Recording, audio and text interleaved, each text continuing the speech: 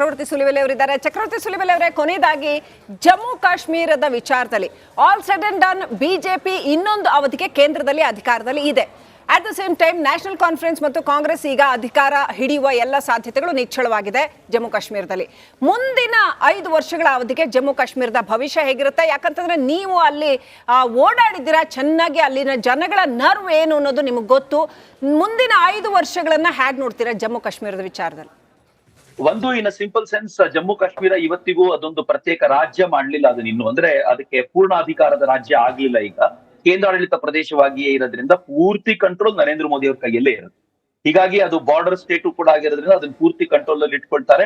ರಾಜ್ಯವನ್ನು ಕೊಡ್ತೀವಿ ಅಂತ ಇನ್ನು ಸಾಕಷ್ಟು ಕಾಲ ತಳ್ಳಿಕ್ಕಿದ್ದಾರೆ. ಮತ್ತು ರಾಜ್ಯ ಪೂರ್ಣವಾಗಿ ಸಿಗದೆ ಹೋದ್ರೆ ನ್ಯಾಷನಲ್ ಕಾನ್ಫರೆನ್ಸ್ ಇದ್ದು ಕೂಡ ಏನು ಉಪಯೋಗ ಇಲ್ಲ ಅಂತ ನ್ಯಾಷನಲ್ ಕಾನ್ಫರೆನ್ಸ್ಗೂ ಗೊತ್ತಿದೆ. ಅವ್ರು ಅದನ್ನ ಫೈಟ್ ಮಾಡ್ಲಿಕ್ಕೆ ತುಂಬಾ ಪ್ರಯತ್ನ ಪಡಬಹುದು. ಆದ್ರೆ ಪೊಲೀಸ್ ಒಂದು ಅವ್ರ ಕಂಟ್ರೋಲ್ ಇರೋದ್ರಿಂದ ಏನ್ ಬೇಕಿದ್ರು ಮಾಡಬಹುದು ಅಂತ ಅವ್ರು ಅನ್ಕೊಂಡ್ರು ಕೂಡ ಒಂದು ನಮ್ಗೆ ಗೊತ್ತಿರ್ಲಿ, ಅಲ್ಲಿ ಸೇನೆಯ ಕಂಟ್ರೋಲ್ ತುಂಬಾ ಚೆನ್ನಾಗಿರೋದ್ರಿಂದ it is not that easy ಅವ್ರೇನೋ ತಗೊಂಡ್ ಬಿಡ್ತಾರೆ ಅಂತ. ಹೀಗಾಗಿ ಜಮ್ಮು ಕಾಶ್ಮೀರದ ಬಗ್ಗೆ ನಾವು ತಲೆ ಕೆಡ್ಸ್ಕೊಳ್ಳುವಂತ ಅಗತ್ಯ ಇಲ್ಲ ಅಂತ ನನ್ಗನ್ಸತ್ತೆ. ಮತ್ತು ಮುಂದಿನ 5 ವರ್ಷಗಳ ಕಾಲ ನಾನು ಇನ್ನೊಂದು ಇಲ್ಲಿ ಹೇಳ್ಬೇಕು ಅಂತಂದ್ರೆ, ಈ ಎಲೆಕ್ಷನ್ ನಂತರ, ಹರಿಯಾಣ ಎಲೆಕ್ಷನ್ ನಂತರ ನರೇಂದ್ರ ಮೋದಿ ಅವರ 5 ವರ್ಷ ಇನ್ನೂ ಸ್ಟ್ರಾಂಗ್ ಆಯ್ತು. ಬಿಕಾಸ್ ಅವರನ್ನ ಇಲ್ಲಿಂದ ತೆಗೆಯುವಂತ ಪ್ರಯತ್ನವನ್ನ ಬಿಹಾರದವರು ಮಾಡ್ಲಿಕ್ಕಿಲ್ಲ, ಆಂಧ್ರದವರು ಮಾಡ್ಲಿಕ್ಕಿಲ್ಲ. ಯಾಕೆ ಅಂತಂದ್ರೆ Narendra Modi wave is intact. Even after 10 years Narendra Modi strong, ಅವ್ರು ಈಸ್ ಗೋಯಿಂಗ್ ಅಹೆಡ್. ಹೀಗಾಗಿ ಅವರಿಂದ ಏನಾದ್ರು ನಾವು ಸರ್ಕಾರವನ್ನು ಕಿತ್ಕೊಳ್ಳೋ ಪ್ರಯತ್ನ ಮಾಡಿದ್ರೆ ಜನ ನಮ್ಮನ್ನು ರೌಟ್ ಮಾಡ್ತಾರೆ ಅಂತ ಗೊತ್ತಿರೋದ್ರಿಂದ ಐ ಡೋಂಟ್ ಥಿಂಕ್ ಇನ್ 5 ವರ್ಷ ಏನು ಕಳ್ಕೊಳ್ಳೋ ಸಾಧ್ಯತೆ ಇಲ್ಲ. ಹೀಗಾಗಿ ಏನ್ ಡಿಸ್ಮ್ಯಾಂಟಲ್ ಮಾಡುವಂತ ಪ್ರಯತ್ನವನ್ನು ಕಾಂಗ್ರೆಸ್ ಮಾಡುತ್ತೆ ಅದು ನಡೆಯೋದಿಲ್ಲ ಅಂತ. ಇನ್ ಎರಡರಿಂದ ನಾನು ಹೇಳ್ಬೇಕಾಗಿರೋದು ಒಂದೇ ಒಂದು ಇದಕ್ಕೆ ಆಡ್ ಮಾಡ್ತೀನಿ. ಜಮ್ಮು ಕಾಶ್ಮೀರ ಬಿಟ್ಟು ಹರಿಯಾಣವನ್ನು ನೋಡೋದಾದ್ರೆ, ನನಗೆ ಈಗ ಬರ್ತಾ ಇರುವಂತ ರಿಪೋರ್ಟ್ ನಾನು ನೋಡ್ತಾ ಇದ್ದೆ. ಯೋಗಿ ಆದಿತ್ಯನಾಥ್ ಎಲ್ಲೆಲ್ಲಿ ಪ್ರಚಾರ ಮಾಡಿದ್ದಾರೋ ಅಲ್ಲೆಲ್ಲ ಮ್ಯಾಸಿವ್ ವಿಕ್ಟರಿ ಬಿಜೆಪಿಗೆ ಬಂದಿದೆ ಅಂತ. ಮತ್ತು ರಾಹುಲ್ ಗಾಂಧಿ ಆಫ್ಟರ್ ಹರಿಯಾಣ ಸ್ಕ್ವೇರ್ 1 ಬಂದಿದ್ದಾರೆ. ಸ್ಕ್ವೇರ್ 1 ಅಂದ್ರೆ ಯಾವುದು? he started with Pappu and is being ended in ಪಪ್ಪುನೇ. ಯಾಕೆ ಅಂತಂದ್ರೆ ಅವರು 12 ಕಡೆ ಪ್ರಚಾರ ಮಾಡಿದ್ರಂತೆ, 8 ಕಡೆ ಸೋತಿದ್ದಾರೆ ಅಂತಂದ್ರೆ ಸೋಲು ಮತ್ತು ರಾಹುಲ್ ಗಾಂಧಿ ಮತ್ತೆ ಈಕ್ವೇಟ್ ಮಾಡುವಂತ ಮಟ್ಟಕ್ಕೆ ಬಂದೋಗಿದೆ ಅಂತಂದ್ರೆ, ಈ ಯಾಕೆ ನಮ್ ನರೇಟಿವ್ ಗೆಲ್ತಿದೆ ಅಂತ ಅವ್ರು ಹೇಳ್ತಿದ್ದಾರೆ ಅಂತಂದ್ರೆ, ರಾಹುಲ್ ಗಾಂಧಿನ ಪಕ್ಕಕ್ಕೆ ಸರಿಸ್ಲಿಕ್ಕೆ ಬೇಕಾಗಿರುವ ಎಲ್ಲ ಪ್ರಯತ್ನಗಳು ಅವ್ರು ಏನ್ ಮಾಡ್ತಿದ್ದಾರೋ ಅದಕ್ಕೆ ಬೇಕಾಗಿರುವ ಎಲ್ಲ ನರೇಟಿವ್ ಸೆಟ್ ಆಗ್ತಿದೆ ಅಂತ ನನ್ಗೆ ಅನ್ಸುತ್ತೆ. ಹೀಗಾಗಿ ಎಲ್ಲ ದೃಷ್ಟಿಯಿಂದ ನೋಡಿದ್ರು ಕೂಡ ಅದು ಜಮ್ಮು ಕಾಶ್ಮೀರದ ವಿಚಾರ ಇರಬಹುದು, ಹರಿಯಾಣ ವಿಚಾರ ಇರಬಹುದು, ಇಂಟರ್ ದೇಶದ ವಿಚಾರದಲ್ಲಿ ಈ ರಿಸಲ್ಟ್ ಬಹಳ ಪ್ರಭಾವಿಯಾಗಿದೆ ಮತ್ತು ಶಕ್ತಿ ತುಂಬುವಂತದ್ದಾಗಿದೆ ಅಂತ ಅನ್ಸುತ್ತೆ. ರೈಟ್. ಸಾಕಷ್ಟು ಬಗೆಯ ಒಳನೋಟಗಳಿಗೆ, ಸಾಕಷ್ಟು ಬಗೆಯ ರಾಜಕೀಯ ಈಕ್ವೇಷನ್ಗಳಿಗೆ ಈ ಚುನಾವಣೆಯ ರಿಸಲ್ಟ್ ದಾರಿ ಮಾಡಿ ಕೊಡ್ತಾ ಇರೋದನ್ನ ನಾವು ನೋಡ್ತಾ ಇದ್ದೀವಿ. 10 ವರ್ಷದ ಬಳಿಕ ಕಣಿವೆಯಲ್ಲಿ ಚುನಾವಣೆಯ ರಂಗು. ಕಾಂಗ್ರೆಸ್ ನ್ಯಾಷನಲ್ ಕಾನ್ಫರೆನ್ಸ್ ಕೂಟ ಮುನ್ನಡೆಯನ್ನ ಕಾಯ್ದುಕೊಂಡಿರೋದು. ಮತ್ತೆ ಮುಖ್ಯಮಂತ್ರಿ ಆಗ್ತಾರಾ ಒಮರ್ ಅಬ್ದುಲ್ಲಾ ಅನ್ನುವಂತಹ ಪ್ರಶ್ನೆ ಮೂಡ್ತಾ ಇದೆ. ಜಮ್ಮು ಕಾಶ್ಮೀರದಲ್ಲಿ ನ್ಯಾಷನಲ್ ಕಾನ್ಫರೆನ್ಸ್ ಕಾರ್ಯಕರ್ತರು ಈಗಾಗಲೇ ಸಂಭ್ರಮವನ್ನ ವ್ಯಕ್ತಪಡಿಸ್ತಾ ಇದ್ದಾರೆ.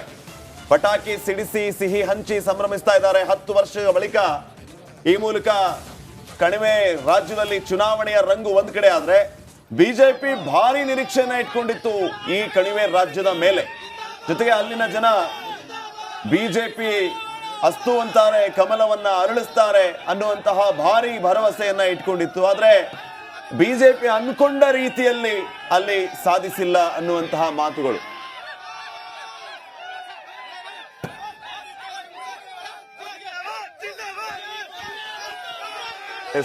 ಈಗಾಗಲೇ ಚಕ್ರವರ್ತಿ ಸುಲಿಬೆಲೆ ಅವರು ನಮ್ಮ ಜೊತೆಗೆ ನಿರಂತರ ಸಂಪರ್ಕದಲ್ಲಿದ್ದಾರೆ. ಈ ಎಲ್ಲ ವಿಚಾರಗಳ ಬಗ್ಗೆ ಮಾಹಿತಿಯನ್ನ ನೀಡ್ತಾ ಇದ್ದಾರೆ.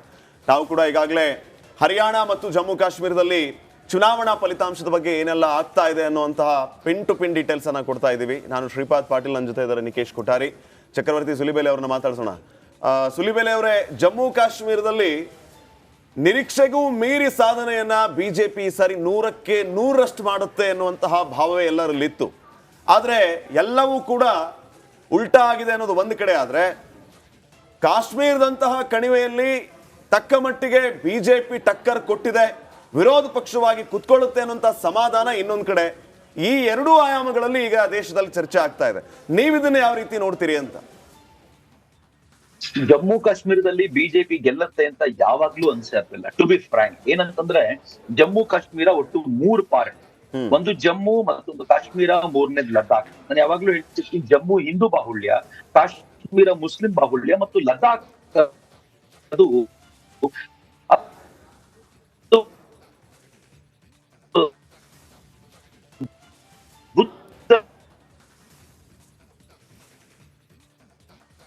ಮತ್ತೆ ಸಂಪರ್ಕಿಸುವಂತಹ ಪ್ರಯತ್ನವನ್ನ ಮಾಡ್ತೀವಿ. ಈಗಾಗಲೇ ಚಕ್ರವರ್ತಿ ಅವರು ಹೇಳ್ತಾ ಇದ್ರು ಮುಸ್ಲಿಂ ಬಾಹುಳ್ಯ ಉಳ್ಳಂತಹ ರಾಜ್ಯಗಳು ಅಂತ. ಆದರೂ ಕೂಡ ಈ ಸಾರಿ ಜಮ್ಮು ಕಾಶ್ಮೀರದಲ್ಲಿ ಬಿಜೆಪಿ ಕೇಂದ್ರ ಸರ್ಕಾರ ಯಾವ ರೀತಿಯ ಸಾಧನೆಯನ್ನ ಮಾಡಿತ್ತು, ಹಲವು ರೀತಿಯ ಯೋಜನೆಗಳಿಗೆ ಮತ್ತು ಹಲವು ರೀತಿಯ ಅಲ್ಲಿನ ಕೆಲಸದ ವಿಚಾರಕ್ಕೆ ಸಂಬಂಧಪಟ್ಟಂತೆ ಭಾರಿ ಚರ್ಚೆ ಆಗಿತ್ತು ಮತ್ತು ಒಂದು ಭರವಸೆ ಮೂಡಿತು. ಎಸ್ ಅಗೇನ್ ಜಾಯ್ನ್ ಆಗಿದ್ದಾರೆ ಚಕ್ರವರ್ತಿ ಸುಲಿಬೆಲೆ ಅವರು.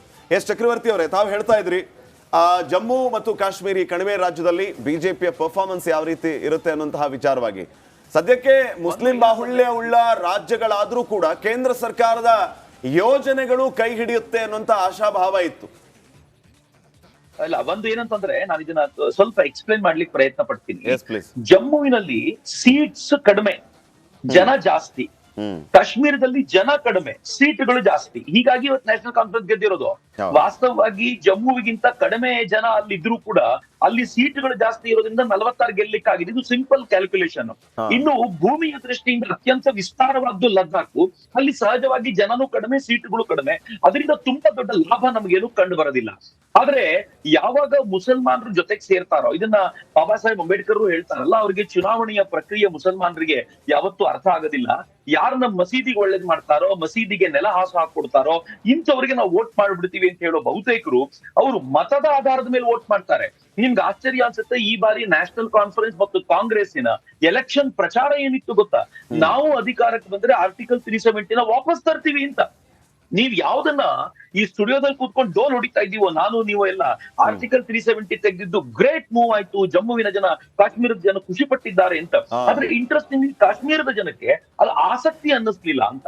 ಅವರಿಗೆ ಏನು ಅಂತಂದ್ರೆ, ನಾವು ಮೊದಲಿನ ತರ ಇದ್ದಿದ್ರೆ ಜಾಸ್ತಿ ದುಡ್ಡು ತಗೋಬಹುದಾಗಿತ್ತು. ಅವರು ಗವರ್ಮೆಂಟ್ ಜಾಬ್ ಅಲ್ಲಿ ಇರ್ತಿದ್ರು, ಕೆಲಸ ಮಾಡ್ತಿರ್ಲಿಲ್ಲ. ಅವ್ರು ಸಂಪಾದಿಕ ಇರ್ತಿದ್ರು, ಸಂಬಳ ಬರ್ತಿತ್ತು. ಅವ್ರು ಹೇಗ್ ಬೇಕಿದ್ರು ಬದುಕಬಹುದಾಗಿತ್ತು.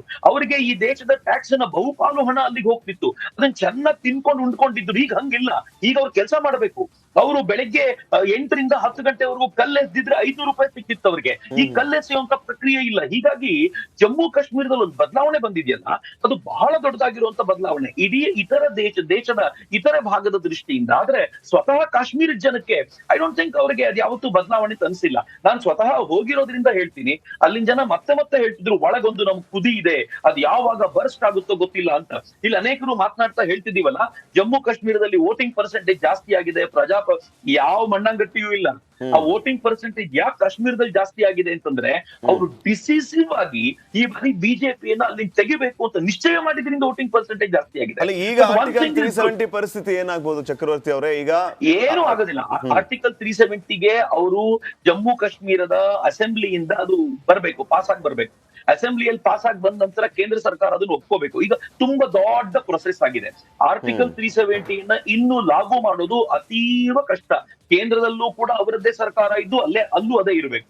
ಕೇಂದ್ರದಲ್ಲಿ ಬರೀ ಕಾಂಗ್ರೆಸ್ ಇದ್ರೆ ಮಾತ್ರ ಸಾಧ್ಯ ಆಗೋದಿಲ್ಲ. ಯಾಕೆ ಅಂತಂದ್ರೆ ಕಾಂಗ್ರೆಸ್ ಸಿಂಗಲ್ ಪಾರ್ಟಿಯಾಗಿ ಇನ್ ಮುಂದೆ ಅಧಿಕಾರಕ್ಕೆ ಬರ್ಲಿಕ್ಕೆ ಆಗಲ್ಲ, ಎಲ್ಲರನ್ನೂ ಸೇರಿಸ್ಕೊಂಡ ಪಾರ್ಟಿ ಆಗುತ್ತೆ.